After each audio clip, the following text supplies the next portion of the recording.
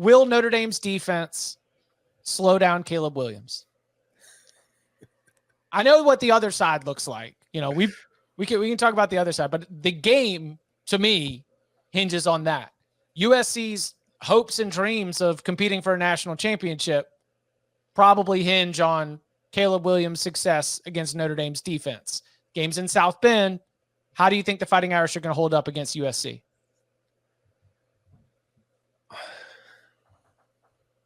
Better than most, but not well.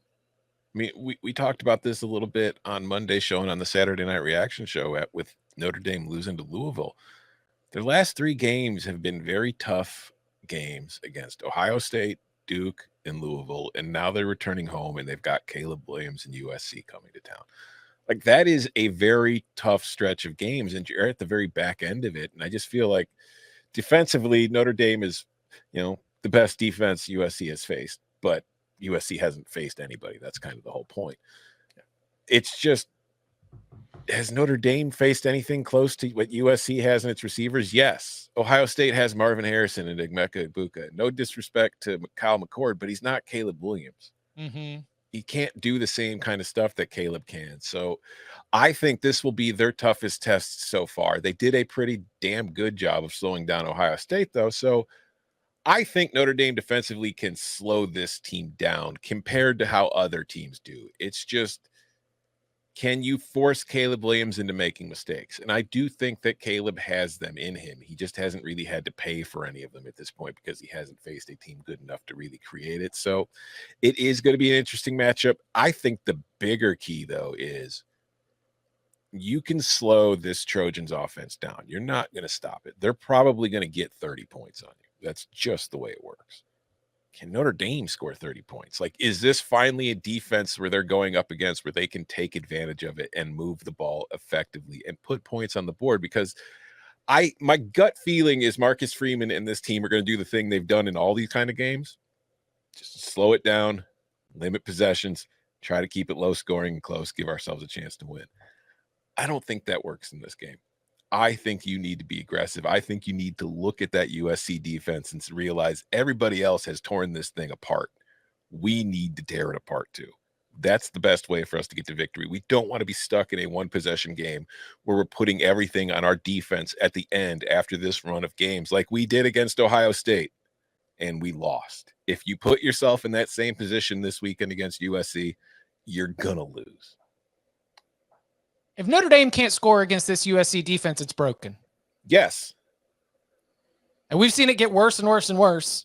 And if it at home against this defense, which despite all of Lincoln Riley's diatribes defending the defense, you know, is very, very mediocre, then you know what one of the best things Notre Dame might have going for it?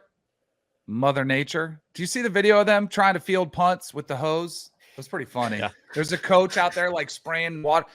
I just checked the forecast. It says thunderstorms, like just rain, thunderstorms on Saturday. That would be your best defense possible against Caleb Williams, because I don't know any quarterback that likes to throw it in wet conditions when the ball is slick and you can't grab it. I agree with everything you guys said. The only thing I would push back on, Tom, is I don't think you have to abandon the run to be aggressive. Like, no. I think you try to run right at them. I do think you try to out-physical them up front, which should play right into Notre Dame's hands. And then Sam Hartman has to have a big bounce-back game. Like, it's going to be rainy for him too. But if it is a rainy game, that should benefit Notre Dame in a big way. And I do think Caleb, he's so tough. He's playing unbelievable well. But like you said, Tom, I think he's had some mistakes that haven't burned him yet. Mm-hmm. You have to make him pay and have to make sure, like, you don't give up the big plays. No, I'm 100% with you. You have to run the ball on this team, because if there's anything they actually do well defensively, it's get pressure on opposing quarterbacks. Like, they have a pretty decent pass rush. So you need to run the ball to kind of slow that down, but you can't just run the ball. You're going to have to take more shots down the field than you have been against anybody else. To Chip's point about if you can't score on this USC defense, it means the Irish offense is broken. I would sort of take the counterfactual. If you do score on this USC defense, it does not necessarily mean that the Irish offense is fixed. because we've seen a lot of offenses that are still awful score on these guys. I mean, look, if I'm USC, I'm going to try to copy largely what Louisville did and what Marshall did last year and what Stanford did last year, and just say, we think y'all's receivers suck. We're going to load the box. We're going to load it. What the Irish rush for? Like 40? Mhm. Oh yeah, Against I mean, Louisville? just like that box score was the easiest Notre Dame loses box score. Like, oh yeah, of course. No wonder they lost. I'm amazed it was that close, and it really wasn't even like that close of a competition. I want Grinch, if I'm a USC fan, I want Grinch to be aggressive as hell in this game. If it means that we give up 35, but we're getting 14 possessions because the 35 happens quickly, and I get to run 80 plays with Caleb, I like my chances. I don't like it if Notre Dame is grinding out slow possessions, keeping Caleb out of rhythm, keeping him off the field. There's also the aspect here, like, guys, if you obviously we watch it. If you're at home, I don't know how much they watch USC because they're late night. They've played 6 nobodies so far.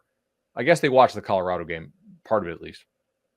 They're not – a lot of the offense so far has kind of been like Caleb drop back, Caleb run around. Mm-hmm. Caleb leads the nation in time to throw, and it's like they're kind of like scramble drill from word go on a lot of these plays, man. It's kind of wild, and it works because he's such a special player.